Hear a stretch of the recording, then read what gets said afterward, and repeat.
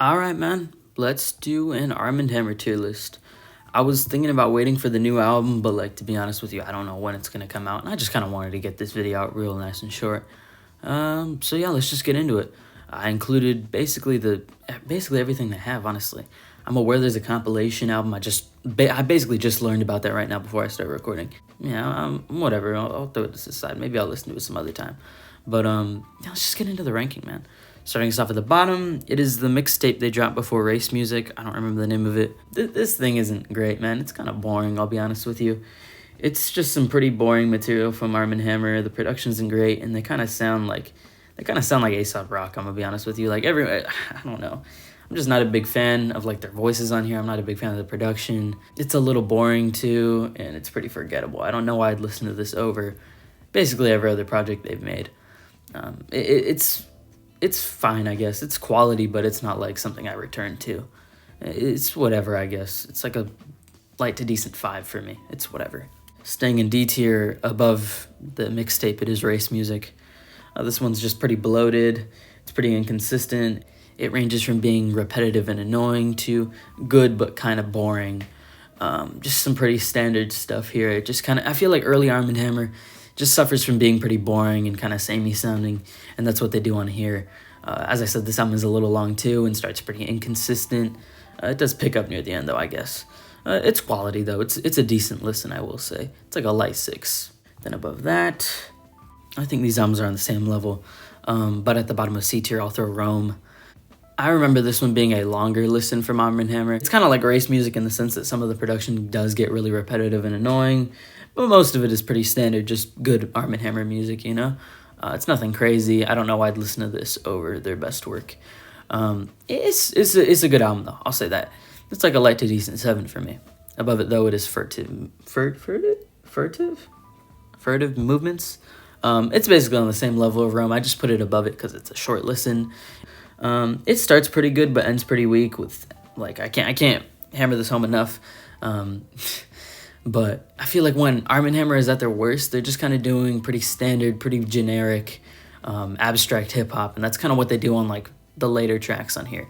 Overall, though, Furtive Movements is a nice short listen. I'd say its length is definitely a plus, but yeah, it's just a good project from Armand Hammer. It's a light to decent 7 as well. And then now we're getting into the pretty great stuff. I think we can throw this one into B tier. Yeah, into B tier we got Shrines. It's just another pretty great release from Armand Hammer, man. I will say that the weakest tracks do come near the end. That kind of throws off the whole thing, but it's still pretty great. I just think that I would listen to Paraffin instead for this kind of style of Armand Hammer. I feel like they both kind of have similar vibes and sound palettes, and I'd just rather listen to Paraffin instead. Shrines overall, though, is pretty consistent. As I said, though, it just kind of falls off near the end. Yeah, it's quality, though. It's pretty great. It's a strong 8 for me. This one can go in A or S, to be honest with you. And I might just give it the edge and put it in S. It's Haram. I'm saying Haram. They collabed with The Alchemist here, and I love The Alchemist production.